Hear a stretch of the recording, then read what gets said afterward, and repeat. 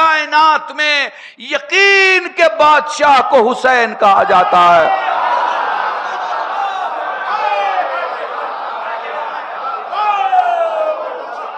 अब जो जुमला कहने जा रहा हूं अहमदाबाद वालों, तुम हिफाजत नहीं करोगे तो कोई नहीं करेगा। ये रात की इबादत, ये शबे आशूर सब जाग के सुबह आशूर को मामला क्यों शुरू हुआ? ये मामला सुबह आशूर को क्यों हुआ? ये पूरी रात हुसैन ने सबको जगाया क्यों? ये शमा जलाई क्यों? ये शमा बुझाई क्यों? इसलिए कि हुसैन सारी कायनात में ऐलान कर रहे थे कि अगर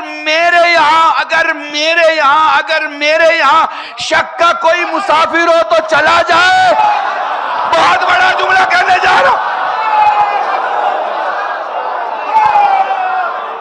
सलामत रहो, जुमला सुनो। अगर मेरे यहां शक का कोई मुसाफिर हो तो चला जाए, और दुश्मन के यहां यकीन का कोई सिपाही हो तो चले।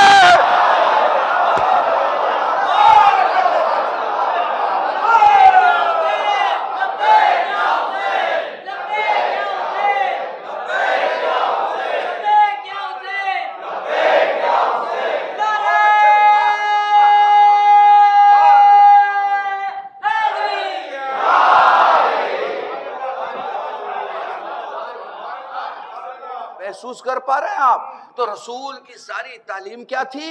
रसूल की तालीम क्या थी?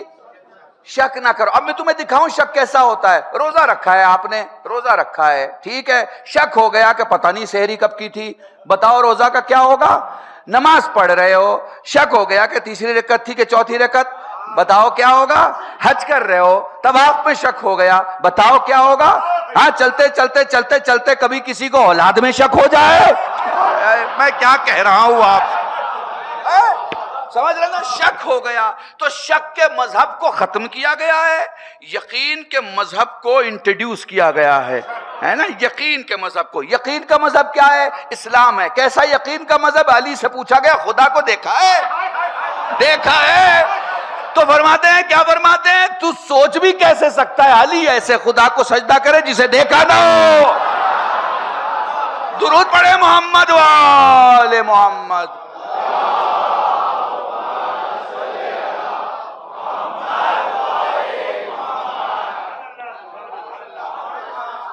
कोई मेरे मुसलमान भाइयों को समझा दे, ये मसला खिलाफत का मसला नहीं है, ये मसला शक और यकीन का मसला है। शक के किसी मुसाफिर को, शक के किसी सिपाही को यकीन की सल्तनत में एक जगह एक बालिश्त बैठने को नहीं मिल सकता। मसनद तो बहुत दूर की बात है। शक के किसी मुसाफिर का हमारे यहां कोई जगह नहीं है, हमारे यहां यकीन वाले हैं। अच्छा सुनो, माए बच्चों को क्या विलायत सिखाती हैं? नहीं, माए बच्चों को विलायत नहीं सिखाती, माए बच्चों को यकीन सिखाती है। हाय हाय, आपने महसूस ही नहीं किया, आपने महसूस ही नहीं किया। माए बच्चों को भाई पूरी तवज्जो, माए बच्चों को यकीन सिखाती हैं। बेटा ठोकर लगे तो या अली कह लेना, अम्मा कब आएंगे मौला? बेटा तेरा बुलाने में देर होगी, उनके आने में देर नहीं होगी।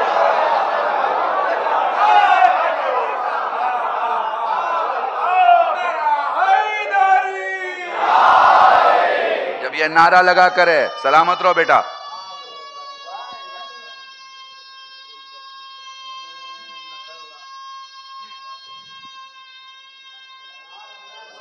सलामत रहो। सुन लो मेरे जवानों, तुम्हारी अकीदत को देख के पढ़ रहा हूं। यकीन है तो सुन लेना, और मैं यकीन है इसलिए पढ़ रहा हूं। तुम्हारे पड़ोस में एक मुल्क है, वैसे तो दोस्ती की बात करता है लेकिन रात दिन दुश्मनी किया करता है? पहली जंग में इसके पास असलहा नहीं था, दूसरी जंग में इसके पास असलहा आया तो नारा नहीं था, सारे परेशान हो गए, सारे जनरल कर्नल बड़े बड़े ऑफिसर, जितने बसीज के, जितने डिफेंस के, जितने आर्म के ऑफिसर होते हैं, सारे जमा हुए। भाई नारा बनाना है। अब पार्टी का नारा अलग होता है, देश का नारा अलग होता है। समझ रहे हो मेरी बात को? पार्टियों का नारा 5-5 साल के बाद बदलता है, देश का नारा कभी नहीं बदलता। हम शिया हैं, पार्टी का नारा लगाएं ना लगाएं, देश का नारा जरूर लगाएंगे। समझ रहे हो मेरी बात को? है ना? तो पड़ोस के देश में नारे पर बहस हो रही थी, पड़ोस के देश में नारे पे बहस हो रही थी कि भाई नारा बनाना है, बड़ा मुश्किल है नारा बनाना, तुम ये समझना हम कि इतना आसान नहीं है नारा बना लेना। तो सारे जमा हो गए, उसमें हनफी थे, मालिकी थे, शाफई थे, हम्बली थे, फला थे, सारे थे। सबने अपने अपने आस्था के मुताबिक कहा भाई जी नारा लगाना तो फला साहब का होना चाहिए नाम, फला साहब का नाम होना चाहिए, फला साहब का अकीदा होना चाहिए, फला साहब का अकीदा होना चाहिए। सबने नारा लगाया। वहीं एक कर्नल जैदी भी थे, कर्नल जैदी ने कुछ नहीं बताया, वो टेबल से खड़े हो गए, कहने लगे देखो जिसका नारा बनाना हो बनाना, लेकिन किरदार जरूर देख लेना। हाय हाय हाय।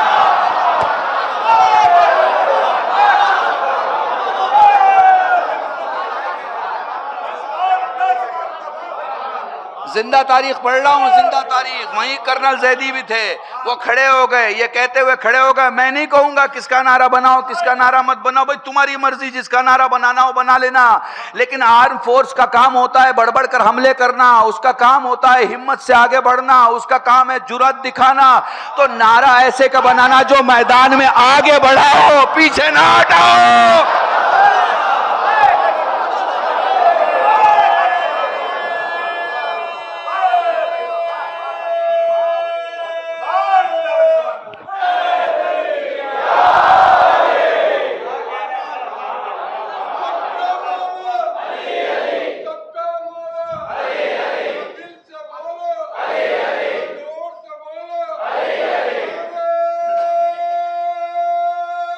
हैदरी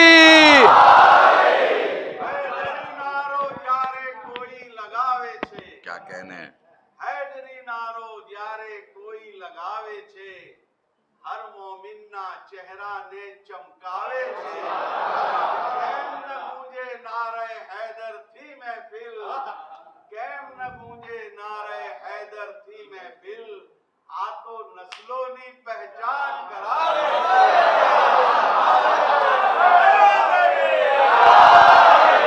महसूस कर पा रहे हैं? सुभान अल्लाह, सुभान अल्लाह, वाह वाह वाह वाह। तो आपने महसूस किया, ये अल्लाह का करम है, आपके पास नारे हैं।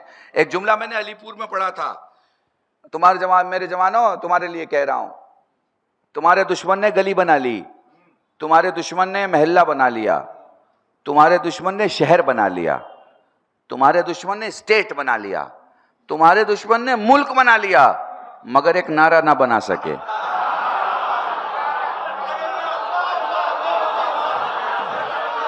सलामत रहो, सलामत रहो। नारा ना बना सके, खुदा की कसम नारा बन गया होता रात को सोने ना दे तुमको, छत पे चढ़ चढ़ के नारे लगाते। मगर किसका नारा लगाए, चूंकि नारा नहीं बना है।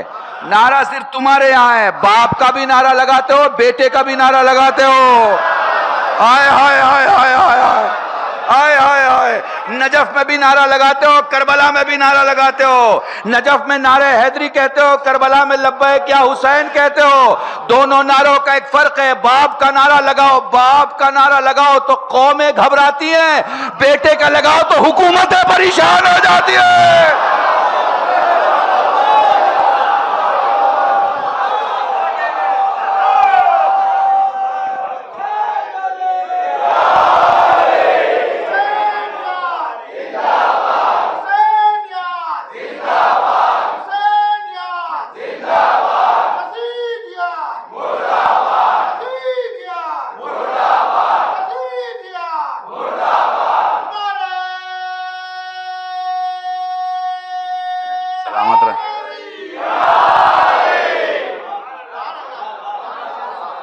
अल्लाह का करम है, अल्लाह का करम है। हम उसे मानते हैं जिसका नारा खुद रसूल ने लगाया। यमन कुन तो मौला फाजा अली मौला, क्या है नारा है भाई, यही तो नारा है। अकेले बंद कमरे में नहीं लगाया गया, खुले मैदान में लगाया गया, खुले मैदान में। उस जमाने में 1.25 लाख के मजमे में, इस जमाने में 2000 की भीड़ कहीं जमा हो जाए तो लोग कहते हैं बहुत लोग आए थे। 2000 की भीड़ को लोग कहते हैं बहुत लोग आए थे।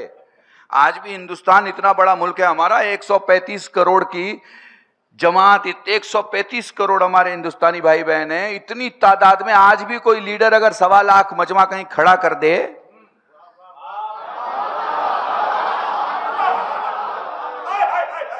तो दूसरे दिन पेपर की सारी फ्रंट पेज पे तस्वीर रहती है, बड़ा लीडर है, क्यों बड़ा मजमा बुलाया।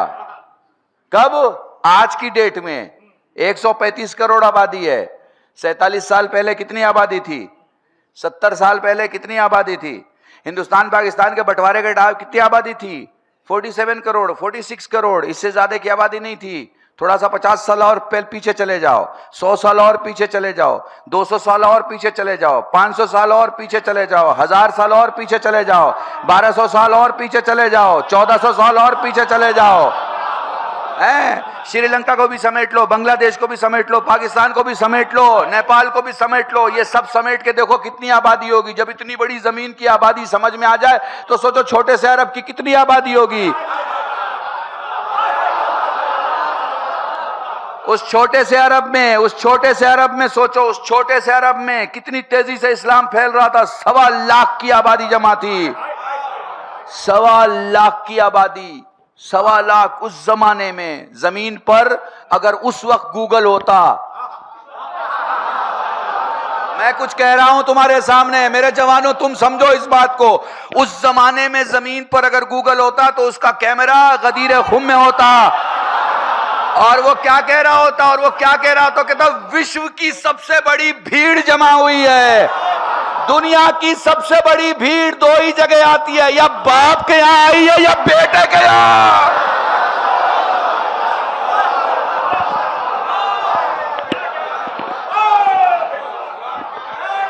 सलामत रहो। महसूस कर पा रहे हैं आप? महसूस कर पा रहे हैं? गूगल का कैमरा यही बोलता, दुनिया की सबसे बड़ी भीड़ जमा हुई है। भैया किस लिए जमा हुई है? अच्छा, मैं यहाँ एक जुमला मैंने लखनऊ में पढ़ा, मैं कहा करता हूँ, सुना है कि नई नई डिवाइस बन रही है, सुना है लंदन और टोक्यो का रास्ता छोटा किया जा रहा है, इतनी फास्ट ट्रेन बनाई जा रही है, सुना बुलेट हिंदुस्तान में आ रही है, सुना इधर के रास्ते उधर के बहुत कम किए जा रहे हैं, सुना 10 घंटे का रास्ता आसमानी दुनिया में 1 घंटे में तय किया जाएगा, ऐसी तैयारी किया जा रही है, सुना ऐसा डिवाइस बनाया जा रहा है जो दीवारों से, खलाओं से, बाजारों से, महलों से आवाजों को कैच कर ले कि किस साल में क्या आवाज थी, किस साल में क्या आवाज थी, किस बादशाह ने क्या कहा, किस दरबार में क्या बातें हुई। मैंने कहा अगर ये सच है तो मैं शियत की आधी दौलत लिखने को तैयार हूं। मुझे जरा उस डिवाइस को गदीर में फिट करके बताओ मोहम्मद क्या कह रहे थे।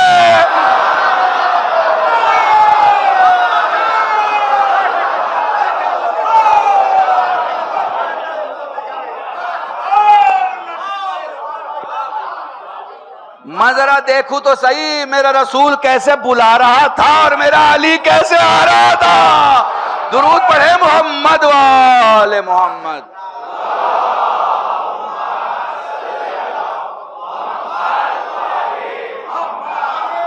सलामत रहें।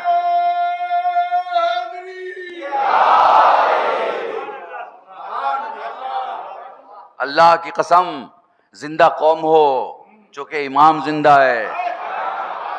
मैं एक जुमला तुम्हारे सुकून के लिए कह रहा हूँ। मुहर्रम की पहली तारीख को एक मौलवी को बुला लेते हो अशरा पढ़वाने के लिए, एक नोहा खान को बुला लेते हो नोहा पढ़ने के लिए, एक मरसिया खान को बुलवा लेते हो मरसिए के लिए, एक शायर को बुला लेते हो शायरी के लिए। वो हर साल नया कलाम लेके आता है, नई धुनें लेके आता है, नए नुकात लेके आता है, नई चीज़ें लेके आता है। ये नयापन हर साल कहाँ से आता है? नयापन हर साल कहां से आता है? इसलिए कि तुम्हारा इमाम जिंदा है। मिलजुल के दुरूद पढ़े मोहम्मद वाले मोहम्मद।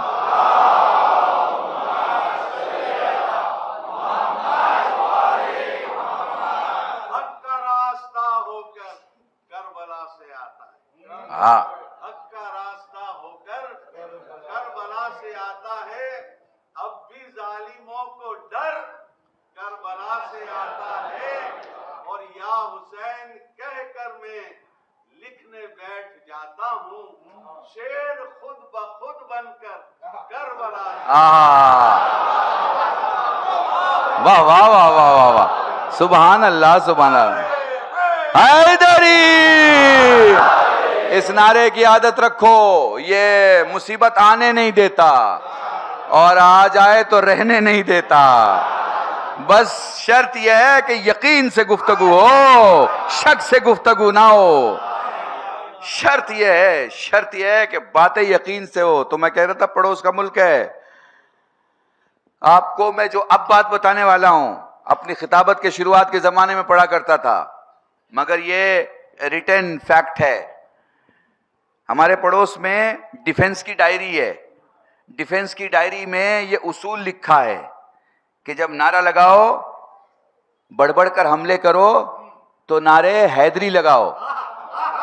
वो कैप्टन कर्नल कमर साहब की बात तो मैंने आपको सुना दी ना। अब बाद में क्या हुआ ये समझिए। तो उन्होंने नारा लगाया, नारे हैदरी, नारे हैदरी। मैं सोचता था कि यार अलम देखते हैं अली समझ में नहीं आता,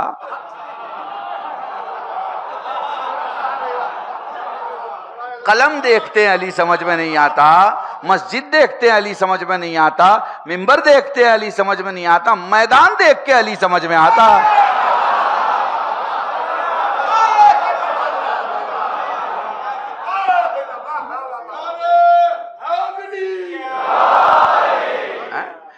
मैदान देख के अली समझ में आता है। बाद में खुद आवाज आई अंदर से, कल्बे शायद मजबूरी है, तकबीर लगा नहीं सकते, रिसालत लगा नहीं सकते, हैदरी लगाना पड़ेगा। वजह क्या है? वजह क्या है? वजह क्या है? तकबीर अमन का नारा है, रिसालत रहमत का नारा है, हैदरी शुजाअत का नारा है।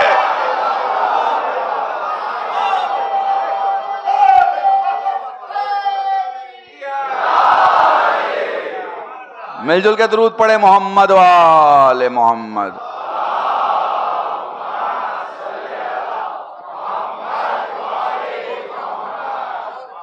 यकीन जाने खुश नसीब हैं आप, खुदा की कसम खुश नसीब हैं आप। किसी को तारीफ करो बुरी नहीं लगती। इकलौती कौम है आप, इकलौती, दुनिया की इकलौती कौम हो आप। किसी को तारीफ करो बुरी नहीं लगती। हमारे यहाँ अगर किसी की तारीफ उसके मियार से ज्यादा बढ़ा दो उसे बुरा लगता है। कोई मौलवी है उसे आप आलिम कह दो, कोई आलिम है उसे आप सिक्कतुल इस्लाम, हुज्जतुल इस्लाम से आगे बढ़ा दो, कोई वो है उसे आयतुल्लाह कह दो, कोई आयतुल्लाह है उसे आयतुल्लाह उल उज़्मा कह दो, कोई फला है उसे आलम समझ लो, बुरा लगता है। हमारे यहाँ जगह दी नहीं जाती, जो जगह है उसे दिखाया जाता है।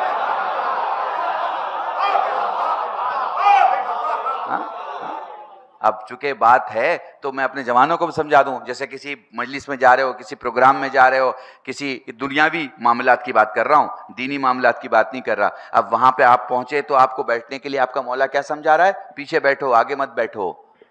क्या बोल रहा है? पीछे बैठो, आगे मत बैठो। एकदम आगे जाके मत बैठ जाओ। क्यों? इसलिए कि आगे जाके मेन कुर्सी पे बैठ गए और तुमसे बड़ा कोई आ गया तो तुम्हें उठना पड़ जाएगा।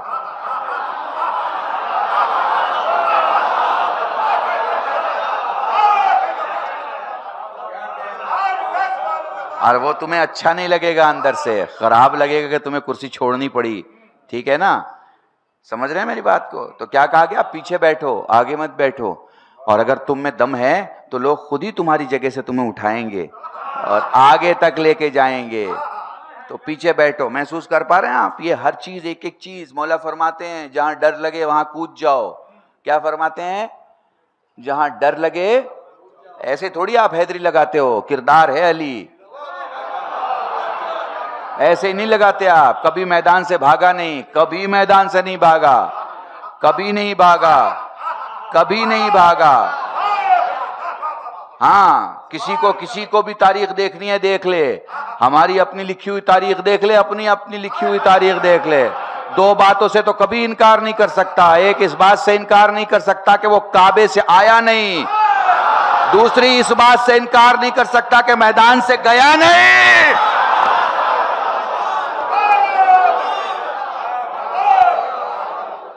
महसूस कर पा रहे हैं? ये कमाल है आपके मौला का, ये कमाल है अली इब्न अबी तालिब का। फरमाते हैं जहां डर लगे वहां कूद जाओ, चूंकि तुम्हें कूदने से इतना नुकसान नहीं होगा जितना भागने से हो जाएगा।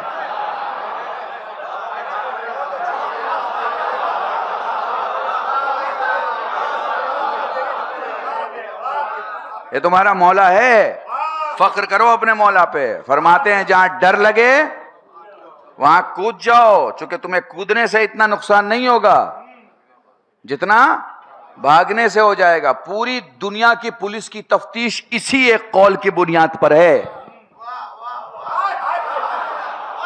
पूरी दुनिया की पुलिस की तफ्तीश इसी एक बुनियाद पर है। क्या? जब कहीं हादसा होता है पूछा जाता है आपको किस पे शक है, फला ने कहा फला पे शक है, ठीक है ना। क्या करती है पुलिस? उसका घर देखती है, उसको पता चला भाई तुम्हारा नाम आ जाएगा, तुम्हारा नाम आएगा तो वो क्या करता है? घर में ताला लगाता है और फिर क्या करता है? भाग जाता है ना। फिर पुलिस भागने को क्या समझती है?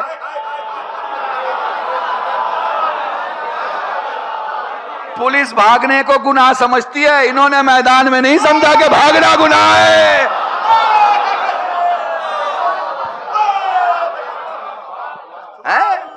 समझ रहे हैं आप मेरी बात को? फिर क्या होता है?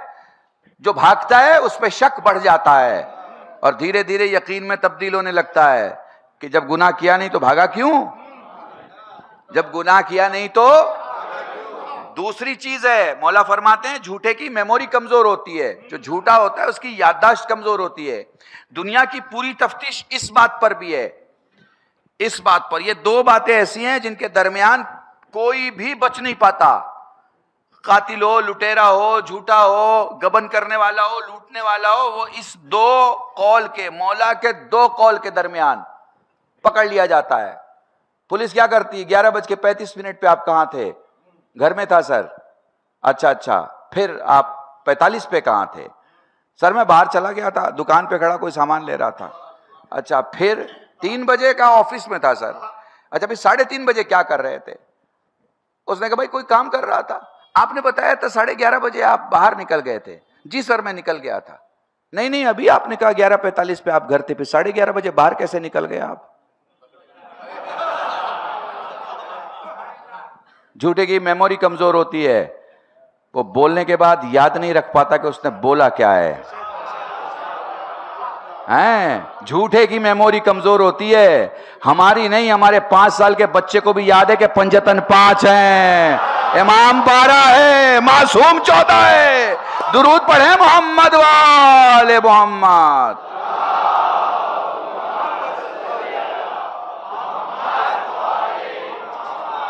खुदा की कसम, अल्लाह की कसम, अहले बैत से बड़े कौन कहता है कि अहले सुन्नत वल जमात अहले बैत को नहीं मानते? ये हुसैन की ताजिया 4,80,000 गांव में हिंदुस्तान में उठाई जाती है। कितने गांव में? 4,80,000 गांव में हिंदुस्तान में हुसैन की ताजिया उठाई जाती है। सब जगह थोड़ी शिया हैं। 4,80,000 गांव में शिया नहीं है। समझ में आ रही है बात? कहीं शिया हैं, कहीं शिया नहीं है। फिर जहां शिया नहीं वहां कौन उठाता है? हमारे अहले सुन्नत व जमात के भाई उठाते हैं, कांधों पे उठाते हैं, आपसे अच्छी बनाते हैं, आपसे ज्यादा ऊंची बनाते हैं और बड़े शान से लेके जाते हैं। और कब्रिस्तान लेके नहीं जाते, करबला लेके जाते हैं।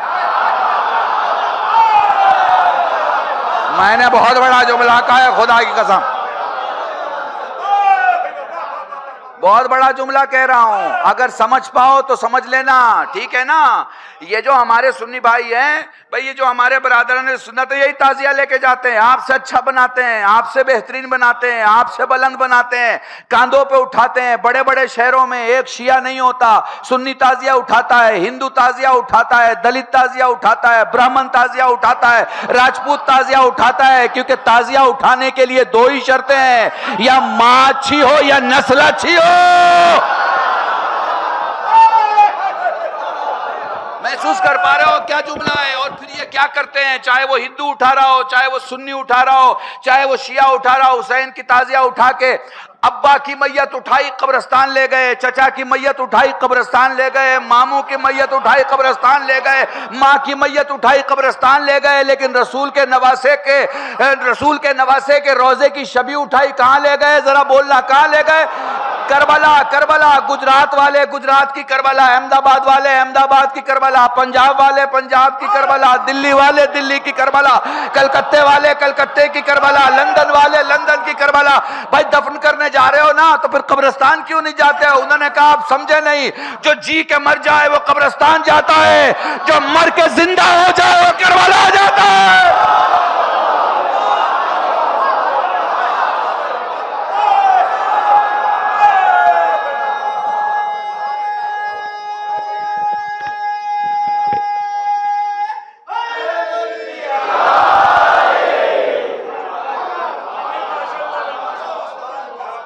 ये दो कांधे हैं, ये दो आंखें हैं, ये दो जबान नहीं है, ये दो जबान नहीं है। ये जो अहले बैत के मानने वाले हमारे मुसलमान भाई हैं, आप पे फर्ज है कि आप इस्लामियात जो जानते हैं उन्हें बताएं। ये उनकी मर्जी है, वो जिसे चाहे कबूल करें, जिसे चाहे ना कबूल करें, जिसे चाहे माने, जिसे चाहे ना माने। 1.25 लाख की भीड़ थी, सबने थोड़ी अली को माना।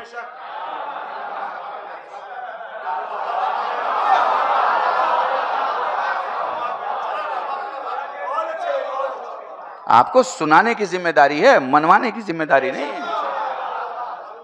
आपके यहां जबरदस्ती कुछ नहीं है, आप बता दीजिए, हमारी जानकारी है, हमारी मालूमात ये है। तो सारा मसला किस बात का है? सारा मसला इस बात का है कि नायब कौन होगा। तो यकीन का नायब शक नहीं हो सकता, यकीन का नायब यकीन होगा, डॉक्टर का नायब डॉक्टर होगा, इंजीनियर का नायब इंजीनियर होगा, आलिम का नायब आलिम होगा। आपके यहाँ पे इज्तिमा 3 दिन के लिए चले जाते हैं तो आप इंजीनियर को बढ़ा देते हैं आगे? नहीं ना, कि साहब ये बहुत पढ़े लिखे लोग हैं, बड़ी बिल्डिंगें बनाई हैं इन्होंने। भाई हसन भाई इत्तेफाक से बोल रहा हूँ मैं ये। हाँ, इनको बढ़ा दीजिए। मैं डॉक्टर साहब आ गए, पता चला, इनको बढ़ा दीजिए। मौलाना गए हुए हैं 4 दिन के लिए, इनके पीछे नमाज पढ़ लेंगे। आप क्या नहीं होती ना, नहीं होती ना। पढ़ा लिखा पढ़े लिखे की जगह नहीं ले पा रहा। मैंने जुमला कह दिया तुम्हारे सामने, मैंने जुमला कह दिया तुम्हारे सामने। पढ़ा लिखा, भाई पढ़ा लिखा पढ़े लिखे की जगह नहीं ले पा रहा, तो जाहिल पढ़े लिखे की जगह कैसे ले सकता है?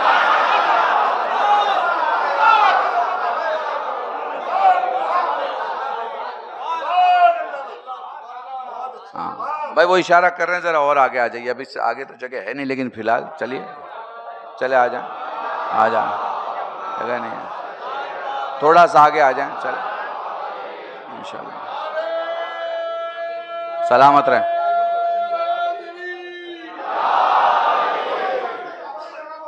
सलामत सलामत सलामत रहें अंदर।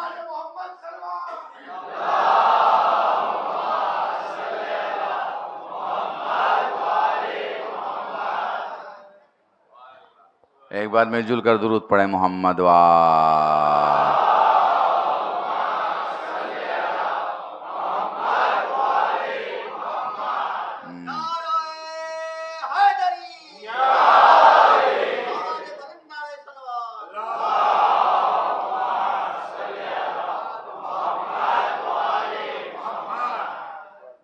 जौनपुर में पढ़ रहा था, मुझे याद है 3-4 साल पहले मैंने जुमला कहा था, जवानों तुम्हें हदिया कर रहा हूँ, मजलिस में जब आया करो सबसे पहले आगे की जगह, अगर चाहते हो कि महशर में अली के मिंबर के पास तुम्हें जगह मिले तो हुसैन के मिंबर के पास जगह ले लिया करो। हाँ, और कभी अगर अंदर ना आ पाओ, कभी अगर अंदर ना आ पाओ, कभी अगर अंदर ना आ पाओ तो घर जाके जरूर सोचना कि क्या खाया कि फर्श अज़ा ने बैठने नहीं दिया।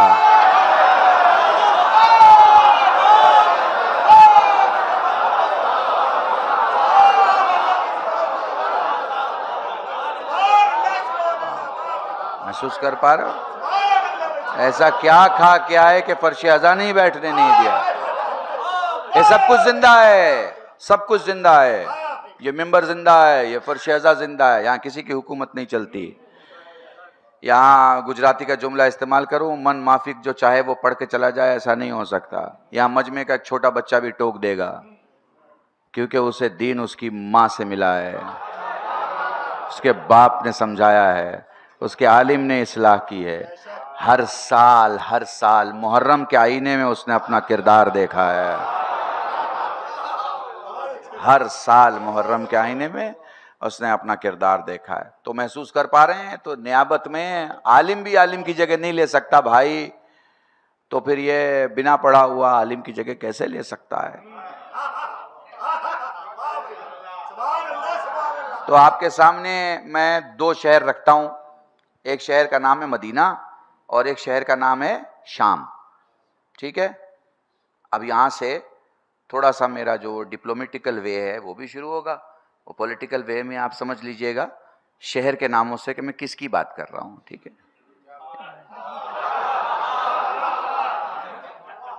ठीक है, एक शहर है मदीना और एक शहर है शाम। सो मदीने वालों ने अपना पॉलिटिकल कैपिटल कूफे को बनाया था। किसको बनाया था? कूफे को। उनका जो ऑपरेटिंग एरिया था वो कूफे से पूरी दुनिया को संभालते थे, जो भी उस वक्त की दुनिया होगी, ठीक है? और फिर उसके मुकाबले में शाम वाले ने शाम को पॉलिटिकल कैपिटल बनाया, ठीक है?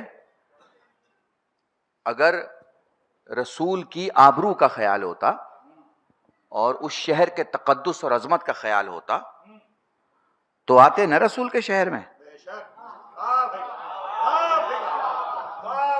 करते ना मुसलमानों से बात।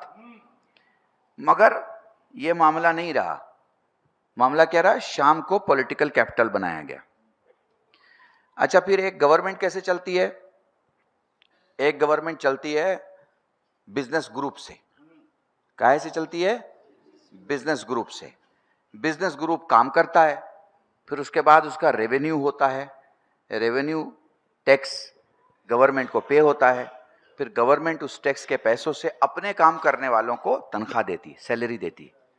तो बिजनेस घटेगा, रेवेन्यू घटेगा, टैक्सेशन कम भरा जाएगा, तो फिर लोगों को सैलरी नहीं मिलेगी और फिर क्या होगा? फिर आपस में लड़ाइयाँ शुरू हो जाएंगी। इसलिए अगर सरकार मजबूती से चलती है तो उसी वक्त चल पाती है जब टैक्सेशन की कलेक्शन ठीक होती है। टैक्सेशन की कलेक्शन ठीक होगी, टैक्स सही से भरा जाएगा तो सबको समय पर तनख्वाह मिलेगी, तो सब अपने घर में बैठे रहेंगे। रोटी नहीं मिलेगी तो कोई घर पे नहीं बैठा रहेगा, ठीक है? ये पूरी गणित समझ में आ रही है ना? हाँ, अभी तक मौलाना कल्बी रुशैद को आप सुन रहे थे, अब पॉलिटिकल कल्बी रुशैद को सुनो, ताकि इस्लाम में पॉलिटिकल क्या मामलात हुए, कब क्या क्या मसले हुए उसको समझ सको, ताकि समझ में आए कि प्रॉब्लम कहाँ है, प्रॉब्लम कहाँ है, ताकि ये पूरा समझ में आ जाए। तो ठीक है, शाम में पॉलिटिकल कैपिटल बनाया गया। अब गवर्नमेंट चल नहीं सकती जब तक टैक्सेशन ना पे हो। गवर्नमेंट को पता है कि हमारे यहाँ कोई खास बिजनेस करने वाले लोग तो है नहीं, तो अब क्या रास्ता है? हमारे यहाँ उन लोगों को बुलाया जाए जो बिजनेस करते हो। तो फिर क्या होता है? किसी भी देश का प्रधानमंत्री बाहर जाता है इन्वेस्टमेंट लाने के लिए, बाहर जाता है कम्युनिकेशन बढ़ाने के लिए, रिलेशन बढ़ाने के लिए और पैसे लाने के लिए, ताकि बाहर के सरमाया गुजार आएँ और वो इन्वेस्टमेंट करें। इन्वेस्टमेंट करेंगे तो जॉब अपॉर्चुनिटी बढ़ेगी, जब काम मिलेगा सबको तो सब लोग शांति से घर बैठेंगे, फिर लोग रोड पे नहीं आएंगे, जलसा नहीं करेंगे, नारेबाजी नहीं करेंगे। पूरा पिक्चर समझ में आ रहा है आपको? मेरे बच्चों को खास तौर से जो मेरे जवान हैं, ये पॉलिटिकल सिनारियो होता है। तो वैसे ही जो शाम वाला था उसने कोशिश की कि वो उस वक्त रोम जो है, अभी इटली का एक शहर है, रोम जो है वो इटली का एक शहर है, मगर उस जमाने में रोम खुद एक मुल्क हुआ करता था। समझ रहे हैं ना?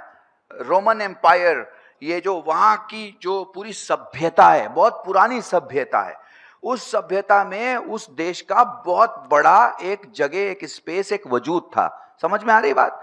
तो उसने लेटर लिखा शाम वाले ने रोम वाले को कि आप अपने कुछ डेलीगेशन हमारे यहाँ भेजें ताकि हमारे यहाँ बिजनेस हो, ताकि हमारी गवर्नमेंट का सर्वाइवल हो सके। महसूस कर पा रहे हैं? लेकिन उसने अपने खत में अपने आप को इस्लामी गवर्नमेंट घोषित किया था।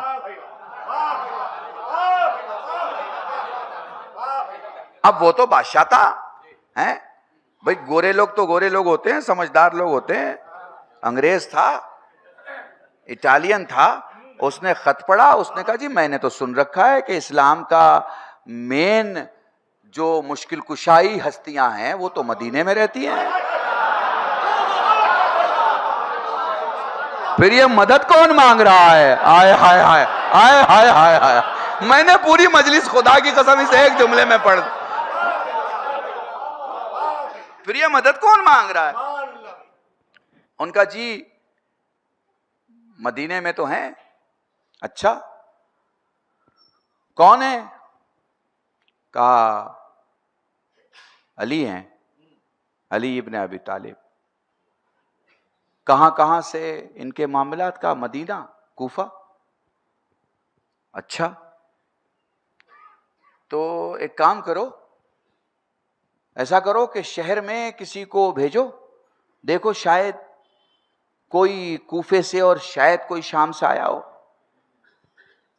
तो कहा कि ओके, भेज के पता करते हैं। पता चला है कि हाँ, कूफे से भी कुछ लोग थे और शाम से भी कुछ लोग थे। दोनों को बुलवा लिया गया। दोनों से कहा गया, भाई आपने कूफे वाले को देखा है? उन्होंने कहा हाँ देखा है। क्या नाम है? कहा अली इब्ने अबी तालिब नाम है। अच्छा, अली नाम है? कहा हाँ अली नाम है। कहा देखा है तुमने? कहां देखा है। दरबार के मुसव्विर को बुलाया। दरबार के मुसव्विर से कहा इनसे पूछते चले जाओ कि ये आंखें कैसी बता रहे हैं, ये चेहरा कैसा बता रहे हैं, ये दाढ़ी कैसा बता रहे हैं, ये सर कैसा बता रहे हैं, ये सीना कैसा बता रहे हैं, और कागज पर एक तस्वीर बनाते चले जाओ। दरबार के मुसव्विर ने तस्वीर बनाना शुरू कर दिया। तस्वीर मुकम्मल हो गई।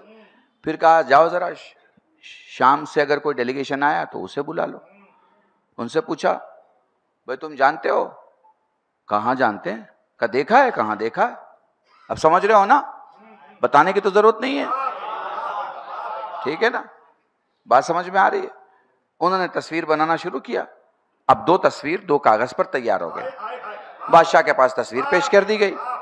बादशाह ने अपने दरबार के उलमा को बुलाया और कहा आपने जितनी आसमानी किताबें पढ़ी हैं वो सब, और जो आपके मालूमात है वो सब, जो मालूमात आप हासिल कर सकते हैं वो सब कुछ इकट्ठा करके इन दो तस्वीरों को देख के फैसला करें कि हक किसके साथ।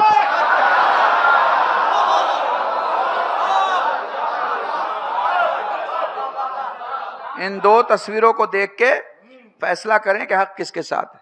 एक तस्वीर पर उलमा ने हक लिख दिया। वो तस्वीर किसकी होगी आप खुद ही समझ गए। आंखें देखी, पेशानी देखी, अबरू देखे, चेहरा देखा, बाल देखे, और अली की तस्वीर पर हक लिख दिया। अली की तस्वीर पर हक लिख दिया। अब उसने कहा कि यह तो अदालत के खिलाफ है कि एक डेलीगेशन को बुलाया जाए और दूसरे को ना बुलाया जाए। ऐसा करो, हमारी तरफ से खत तैयार करो और दोनों को भेज दो कि ये अपना अपना नायब भेज दे, ताकि हम इनके नायब से बात करें।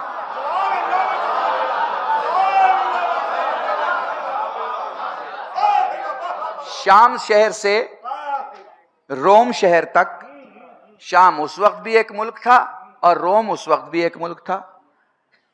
माविया ने अपने बेटे यजीद को अपना नायब बना के भेजा। खत मेरे मौला के पास भी आया। मौला ने अपने बेटे इमाम हसन को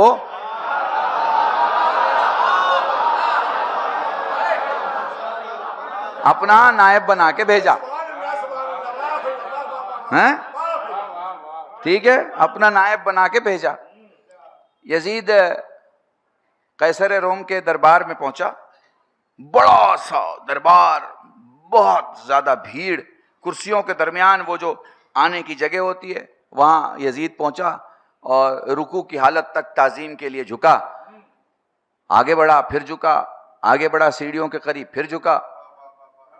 बादशाह ने देखा और उसे बैठने के लिए कहा बैठ जाए। वो भी बैठ गया।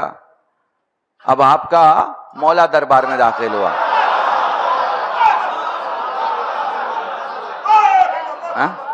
ठीक है ना, आपका मौला दरबार में दाखिल हुआ। इधर भी कुर्सी है, इधर भी कुर्सी है। बीच में आए। बीच में आने के बाद अपने हाथों को आसमान की तरफ बुलंद किया और आसमान की तरफ देख के कहा परवरदिगारा तेरा एहसान के तूने सारी दुनिया हमारे लिए बनाई और हमें अपने लिए बनाया है। और धीरे धीरे मेरा मौला तख्त की तरफ बढ़ने लगा। कदम के पढ़ने का अंदाज, आंखों में, निगाहों में, बाहर चलने का तरीका, आगे बढ़ते हुए हसन को देख के रोब का ये आलम था कि रोम का बादशाह सीढ़ियों से उतर गया।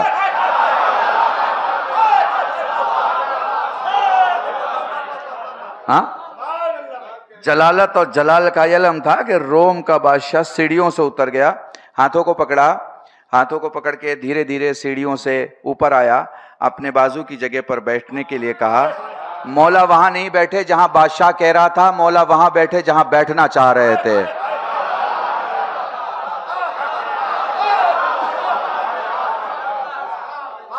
जहां बैठना चाह रहे थे वहां बैठ गए। बादशाह उठा, बादशाह उठा। बादशाह उठने के बाद अपने गुलाम से कहता है जरा संदूक लेके आ। संदूक खोला गया, उसमें 5 तस्वीरें थीं। बादशाह ने एक तस्वीर देखा, दूसरी तस्वीर देखी, तीसरी तस्वीर देखी। यजीद से पूछता है कि तुझे मालूम है ये तस्वीर किसकी है? उसने कहा नहीं मुझे नहीं मालूम ये तस्वीर किसकी है। क्या तेरे बाप को मालूम होगा ये तस्वीर किसकी है? कहा नहीं मेरे बाप को पता होता तो बता के भेजा होता। मैं यकीन से कह सकता हूं कि मेरे बाप को भी नहीं मालूम कि ये तस्वीर किसकी है। अब पलटा इमाम हसन की तरफ, कहता है मुझे मालूम है कि आपको मालूम है।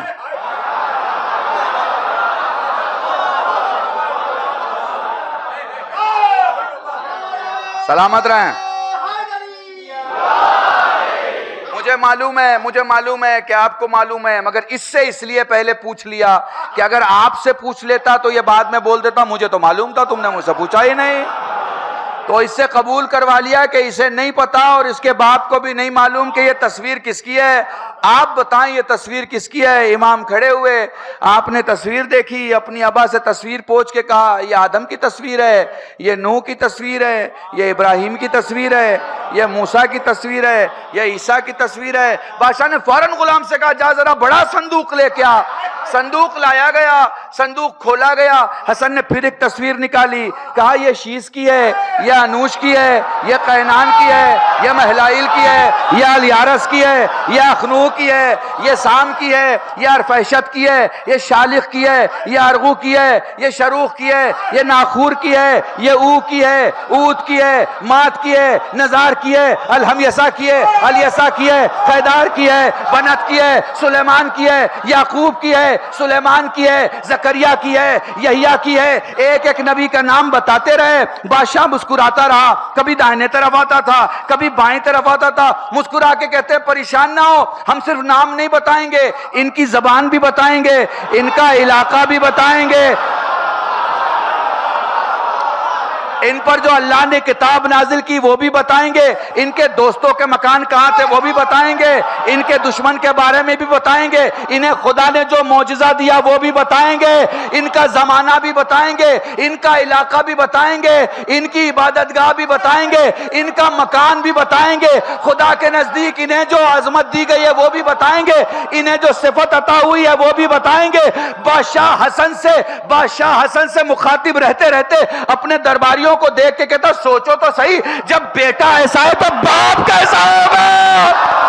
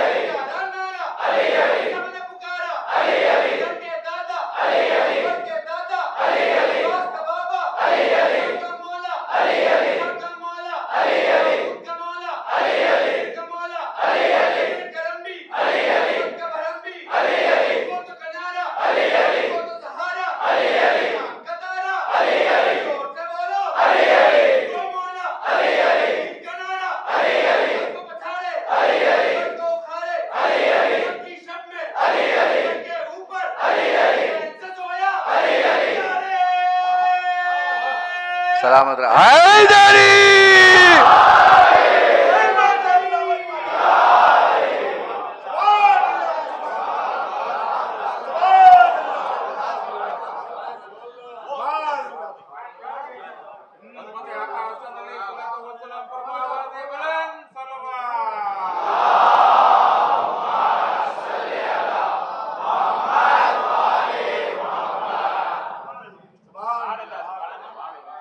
खुदा की कसम, जब ये वाकया आदमी पढ़ता है किताब में तो सोचता है मौला तुझे अल्लाह ने बड़ा बनाया है।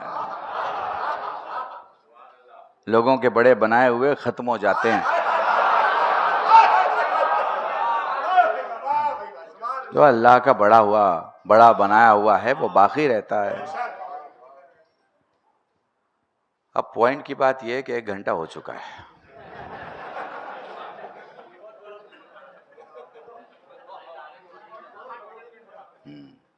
अच्छा, मैं आप लोगों को खिताबत की एक बात समझाता हूं। खिताबत वाजिब है। क्या? खिताबत वाजिब है। अब ये आप बहुत अहम बात सुनने जा रहे हैं।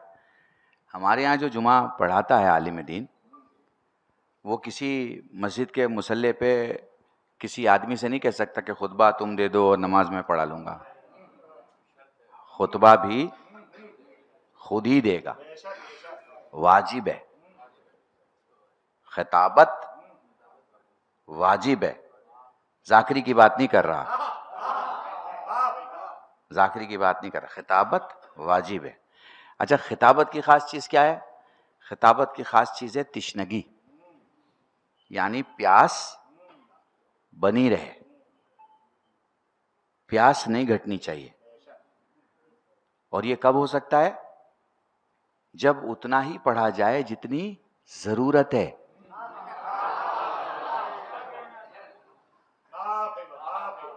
समझे आप मेरी बात को? अच्छा चलो 3 घंटे भी पढ़ लेते हैं, मगर 3 घंटे पढ़ने के बाद क्या मैं पूरा अली समझा दूंगा? करोड़ों साल निकल गए,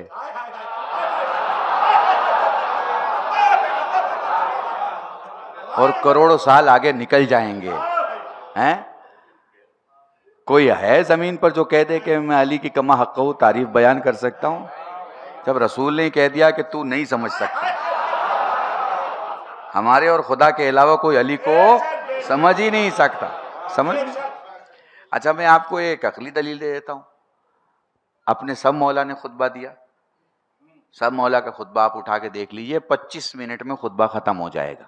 आप खुतबे को पढ़िए पहली लाइन से लेके आखिरी लाइन तक, 25 मिनट में खुतबा खत्म हो जाएगा।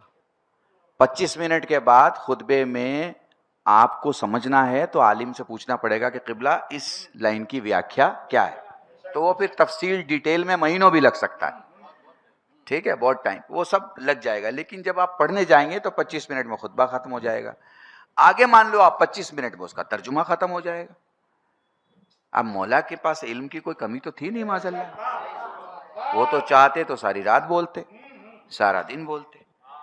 ठीक है, लेकिन फिर ये कम में मुकम्मल बातें क्यों की? इसलिए कि इमाम की गुफ्तगू क़यामत तक के लिए होती है, और क़यामत तक के लोग, यानी जैसे जैसे ये साल बढ़ते चले जाएंगे, हमारे 200 साल बाद, 300 साल बाद, लोग सबसे ज़्यादा किस चीज़ की कीमत करेंगे? वक्त की कीमत करेंगे सबसे ज़्यादा। और सबसे ज़्यादा उसकी इज्जत करेंगे जिसने कम वक्त में ज़्यादा काम किया हो। जैसे कोई 40 साल जिंदा रहा हो मगर उसने बहुत बड़े काम किए हो। ठीक है, कोई 120 साल जिंदा रहा हो और बस जिंदा रहा हो।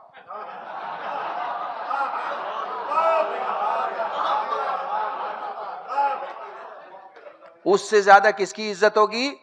जो 40 साल रहा है मगर उसने ढेर सारे काम किए हैं। ठीक है ना? ये जो घर से निकलते हो और गरीबों के मकान देखते हो ना, ये सिर्फ गरीबों के मकान नहीं, तुम्हारी जन्नत का रास्ता है।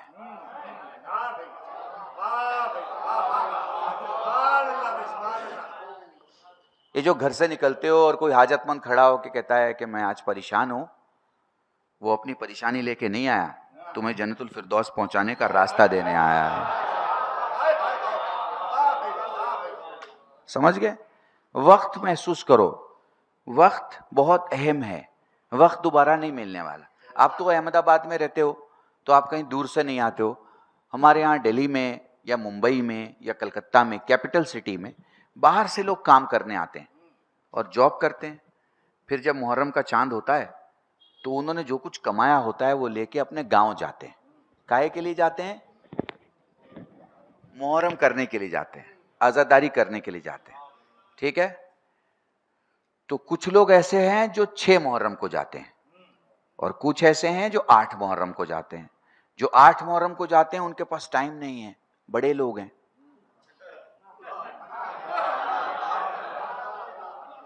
छुट्टी नहीं मिलती।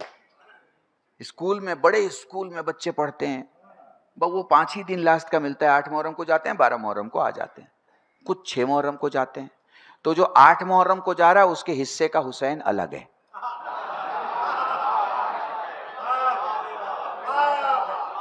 जो 6 मुहर्रम को जा रहा है उसके हिस्से का हुसैन अलग है। जो चांद रात को जा रहा है उसके हिस्से का हुसैन अलग है। और जो शहर में कमाता ही इसलिए है कि गांव में मुहर्रम अच्छे से गुजार सके,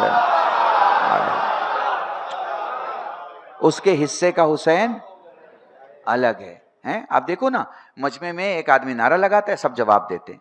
ठीक है, हम सबसे ज्यादा सवाब किसका होगा? वो नारा लगाने वाले का होगा, क्योंकि आपको जवाब देने वाले का सवाब ना मिलता अगर वो नारा ना लगाता।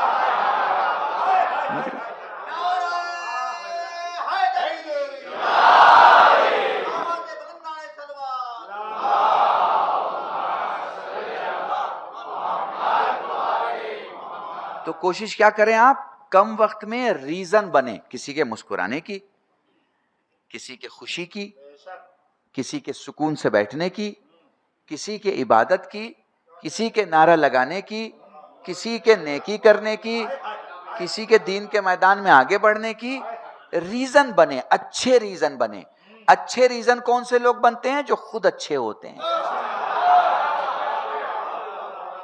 जो खुद अच्छे होते हैं वो अच्छे रीजन बनते हैं। गुस्सा ना करें, हसद ना करें, नफरत ना करें। आपको नफरत करना है, आपको लगता है कि भाई नफरत के बिना मैं नहीं जी सकता, तो कोई बात नहीं, अपनी बुराइयों से नफरत कीजिए।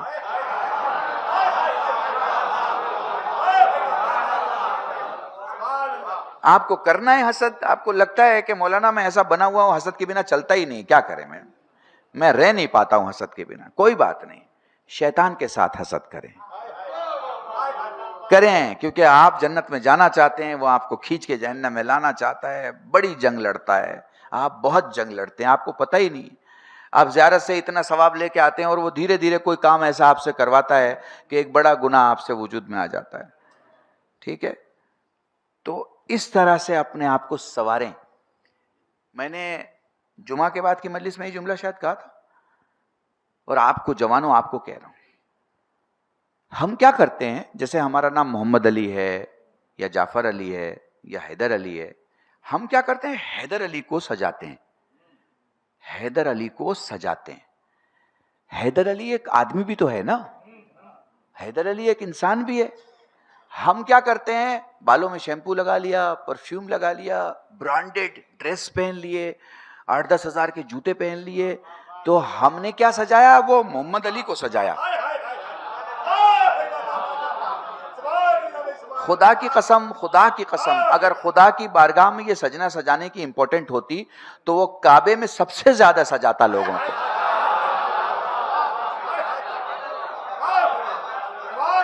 क्योंकि वहां जाने वाले तो गरीब है नहीं, गरीब तो पहले ही से माइनस है, वहां तो वही जाएगा जिसके पास पैसा हो। अब चूंकि शरई कुछ बातें, इसलिए मैं आपको बताता चलूं। गरीब किसे कहते हैं? गरीब किसे कहते हैं? शरीयत की जबान में गरीब किसे कहते हैं? जी भाई, शरीयत की जबान में गरीब किसे कहते हैं? जैसे आपका 8,000 का खर्च है महीने का, तो साल भर का खर्च कितना हुआ है? 96। एक वक्त में 96,000 रुपीज जिसके पास ना हो, वो शरीयत की जबान में गरीब है। एक साल का खर्च एक वक्त में अगर उसके पास ना हो तो वो क्या है? गरीब है। महसूस कर रहे हो आप? ये एक एक चीजें मैं आपको बताता क्यों चल रहा हूं, ताकि थोड़ी बहुत जो जिम्मेदारी है कंधों पे वो भी अदा हो जाए, और थोड़ा बहुत आपको कुछ याद रह जाए। अगर आप मजलिस भूल भी जाए तो ये याद रखें कि यार गरीब बताया था कि 96,000 रुपया नहीं है तो गरीब है। ठीक है, आप चीजें समझते चले जाइए। तो हमें मक्के में उनको बुलाया जिनके पास इस्तिताअत मुस्तती थे, ठीक है ना। अमीर लोग को बुलाया, तो अमीर लोग के लिए तो प्रॉब्लम ही नहीं है भाई। जो 2 लाख की टिकट खरीद रहा है वो 20,000 का सामान भी खरीद सकता है। तो उस वक्त अल्लाह बोलता कि अपने इलाके के सबसे बेहतरीन सूट वाले से सूट सिलवाओ, और बेहतरीन कपड़े वाले से कपड़ा बनवाओ, और इतने मीटर की चादर लेके आओ, और फला चीज लेके आओ, और फला चीज लेके आओ, और फला चीज लेके आओ। अल्लाह ने तो नहीं मंगवाया, है ना। अगर अल्लाह ये भी कह देता कि सारे मुसलमानों पे वाजिब है कि वो 10 जोड़े कपड़े लेके आए गरीब को देने के लिए, तो मुसलमानों में कोई बिना कपड़े के नहीं रहता जो गरीब थे। लेकिन अल्लाह ने कपड़ा नहीं मंगवाया है, अल्लाह ने पैसा भी नहीं मंगवाया कि भाई आना है तुमको चंदा देना है। ये भी हो सकता था कि भाई वहाँ एक कोई खिड़की होती और खिड़की में आपको जाके चेक डालना होता। ये भी अल्लाह ने नहीं किया, क्योंकि पता था कि कदम कदम पर गासिब बैठे हुए हैं।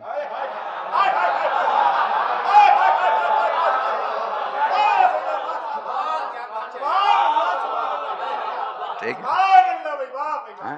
अल्लाह हीरे जवाहरात भी मंगवा सकता था कि भाई हज पे आ रहे हो तो तुम्हें 3 कैरेट का जो है वो हीरा देना है, और 5 कैरेट का तुमको जो है वो रूबी देना है। ये भी कर सकता था। पैसे वाले लोग हैं, खरीदते जाके रूबी, खूब बिक्री होती। ठीक है ना। अल्लाह ने कहा तुम्हें यकीन लेके आना है, और 2 कपड़ों के साथ आना है बस। ये 2 कपड़े आप पहन के जाते हैं, तो इसका मतलब जिस्म पर जो कपड़े डाले जाते हैं उसको सजाने से इंसान नहीं बनता। अल्लाह चाहता है तुम्हारे अंदर जो चीजें मैंने दे रखी हैं उसे सजाओ, हैं, उसे अंदर की चीजें सजाओ, है ना। अंदर की चीजें सजाओ कि तुम्हारे अंदर नफरत भी है और मोहब्बत भी है, तो नफरत को निकाल दो, मोहब्बत को बढ़ा दो। तुम्हारे अंदर शर्म भी है और लालच भी है, लालच को हटा दो और शर्म को बढ़ा दो। तुम्हारे अंदर गुरूर भी है और अक्ल भी है, गुरूर को खत्म कर दो और अक्ल को बढ़ा दो, तो समाज बड़ा हो जाएगा, समाज आगे बढ़ जाएगा। और यही दर्स आपको करबला से मिलता है। करबला वक्त शनासी का पहला दर्स देती है, वक्त शनासी का।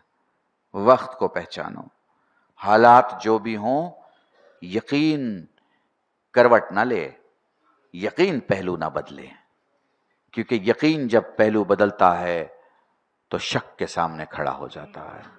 यकीन पहलू ना बदले। ये देखें करबला में अली अकबर की अजान यकीन का ऐलान है, हुसैन का सजदा यकीन का ऐलान है। हाँ, और इससे आप बड़ा जुमला बोलूं, शाम गरीबा सैयद सज्जाद ने सर सजदे खालिक में रखा और 11 मुहर्रम की सुबह को उठाया है। 11 मुहर्रम की सुबह को, इतनी कुर्बानी के बाद अब सर उठा रहे हैं हुसैन, हुसैन का बेटा सैयद सज्जाद। 11 मुहर्रम को, ये क्या है? यकीन का ऐलान है। सैयद सज्जाद से मदीने में किसी ने सवाल किया, मौला ये बता कि तेरे बाबा का सब्र बड़ा या तेरे दादा का सब्र बड़ा? इस पे कलाम जरूर लिखिएगा, तेरे बाबा का सब्र बड़ा या तेरे दादा का सब्र बड़ा? सज्जाद रोने लगे, रो के फरमाते हैं मेरे दादा का सब्र बड़ा। वो परेशान हो गया। वो कहता है मौला अकबर के सीने से बर्छी का फल तेरे बाबा ने निकाला, कासिम के लाशों के टुकड़े तेरे बाबा ने उठाए, अब्बास के बाजू तेरे बाबा ने उठाए, फिर तेरे दादा का सब्र बड़ा कैसे हो गया? कहा तूने इंसाफ नहीं किया। मेरे बाबा की जिंदगी की 2 बड़ी मुसीबतें थी, आई तो सही मगर जिंदगी के बाद आई। हाँ, बड़े आराम आराम से सुनो, बड़े आराम आराम से। अगर मुमकिन हो सके तो इस हॉल की लाइट अगर कम कर दी जाए या बंद कर दी जाए ताकि मैं मसाइब पढ़ सकूं आपके सामने, आप अपने मौला को पुरसा दे सके। है कोई बटन है? यहाँ की लाइट बंद कर दो। है? बड़े आराम से अगर उधर बटन हो तो लाइट बंद कर दो, जहां जिसको पता है कहां से लाइट, बस रोजे में लाइट जलती रहे, बाकी यहाँ की आप बंद कर दी। मेरे मौला वो मुसीबतें कौन सी थी? फरमाया वो 2 मुसीबतें थी, आई तो सही मगर जिंदगी के बाद आई। कहा मौला पहली मुसीबत क्या थी? कहा जब लाशाए शोहदा लाए जाते थे तो किसी एक खेमे में रख दिए जाते थे। अच्छा फिर? फरमाया कि ये खेमे सजे हुए थे लाशों से, क्योंकि हुसैन नहीं चाहते थे कि उनके सामने किसी की गर्दन काटी जाए। जज़ाकुमुल्लाह, खुदा तुम्हें कोई गम ना दे सिवाय गमे सैयदुश्शोहदा के। मौला हाथ जोड़कर माफी के साथ, अगर कुछ कमी रह गई हो अज़ादारी में तो माफ करेंगे। ए मेरे मौला, अगर तेरे अकबर को रोने में कोई कमी हो गई हो, तेरे कासिम को मातम करने में कोई कमी रह गई हो, मौला करबला वालों को रोने में कोई कमी रह गई हो, हमें माफ करेंगे। हमारे पास आपके सहारे के अलावा कुछ भी नहीं है। मौला साहिल से जवाब देते हुए फरमाते हैं, चूंकि लाशाए शोहदा खेमे में लाकर रख दिए जाते थे, चंद सरों को छोड़ के मेरा बाबा, चंद सरों को जो हुसैन के सामने कट गए, चंद सरों को छोड़कर कोई सर ऐसा नहीं था जो हुसैन के सामने कटा। मेरा बाबा नहीं चाहता था मेरी नजरों के सामने, मेरा बाबा नहीं चाहता था उनकी नजरों के सामने किसी का सर काटा जाए। मगर शाम गरीबा जब खेमे जला दिए गए तो आसमान करबला ने जो सबसे बड़ी मुसीबत देखी वो ये थी कि लैला के सामने अकबर की गर्दन काटे गए। जज़ाकुमुल्लाह, जज़ाकुमुल्लाह। आपकी सदाए गिरिया बुलंद हो गई। 2-3 जुमले मुसीबत के सुन लो और मजलिस तमाम है। फरवा के सामने कासिम की गर्दन काटी गई, ज़ैनब के सामने ओनो मोहम्मद की गर्दन काटी गई। और मुसीबत इससे आगे बढ़ती है, जब सबकी गर्दनें काट ली गई तो गर्दनों को गिना जाने लगा। और जब गर्दनों में एक गर्दन कम दिखाई दी तो जालिम कहता है हुसैन किसी बच्चे को भी लाए थे, उसका सर दिखाई नहीं देता। फिजा ने जोर से कहा रबाब तेरे बच्चे की खैर हो। एक जालिम नरम जमीन पे नेजा मारने लगा। अब जो नेजा निकला तो अकेला नेजा नहीं था, नेजे के साथ अली असगर की लाश थी। अली असगर की गर्दन काटी गई। मुझे नहीं पता एक मां ने कैसे बर्दाश्त किया होगा। मौला फरमाते दूसरी बड़ी मुसीबत, मेरा बाबा नहीं चाहता था कि फुफियों के सर से चादर छिने।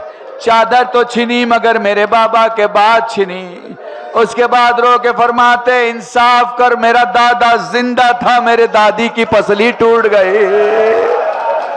मेरा दादा जिंदा था, दरवाजे में आग लगा दी गई। मेरा दादा जिंदा था, मोहसिन शहीद हो गए।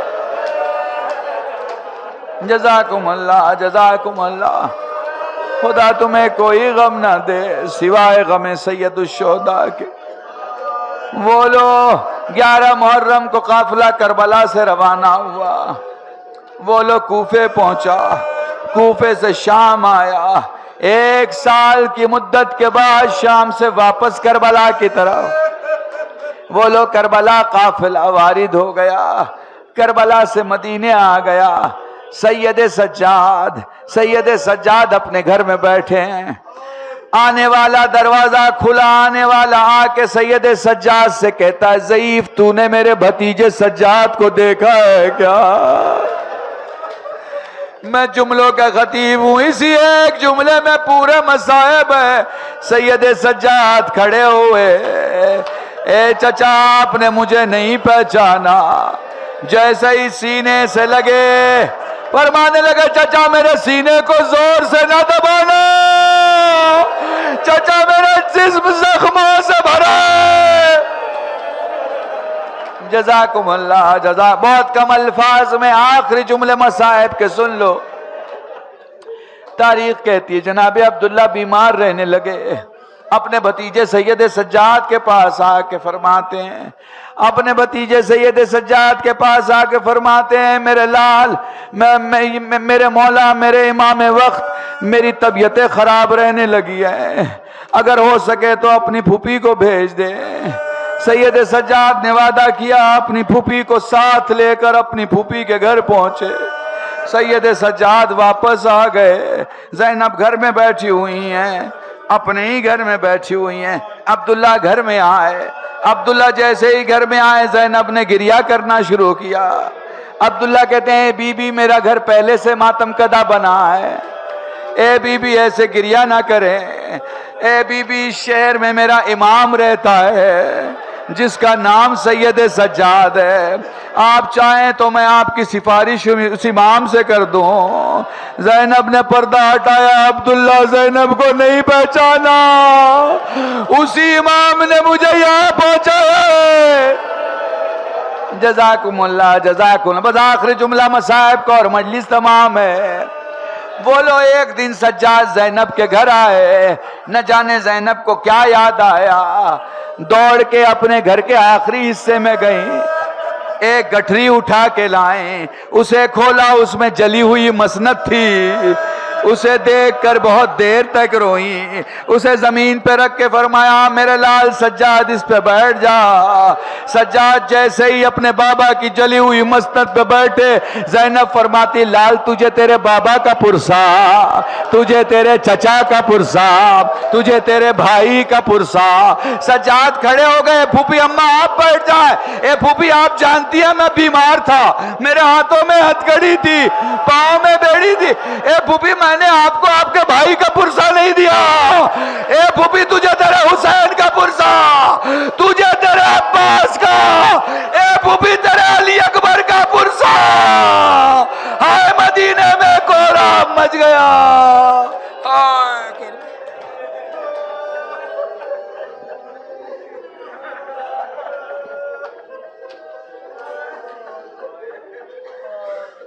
लअनतुल्लाह अलल कौमिज़ ज़ालिमीन व सयअलमुल लज़ीना ज़लमू अय्या मुनक़लिबुन यनक़लिबून। इन्ना लिल्लाहि व इन्ना इलैहि राजिऊन। अल्लाहुम्मा अर्ज़ुक़ना ईमानन सादिक़न व लिसानन ज़ाकिरन व इल्मन नाफ़िअन व वलदन सालिहन व अमलन मुतक़ब्बलन व तौबतन नसूहा। सल्लल्लाहु अला मुहम्मदिन व आलिहि तय्यबीन अत्ताहिरीन बिफ़ज़लिक व रहमतिक या अरहमर राहिमीन। परवरदिगारा, हम में जो गरीब हो उनको तवंगर बना, बीमार और बीमार करबला सैयद सज्जाद के सदक़े शिफ़ाए कुल्ली अता फरमा, मरूमीन व मरूमात की मग़फ़िरत फरमा, हज़रत हुज्जत के ज़हूर में ताजील फरमा, हम सबको उनके नासरीन में शुमार फरमा।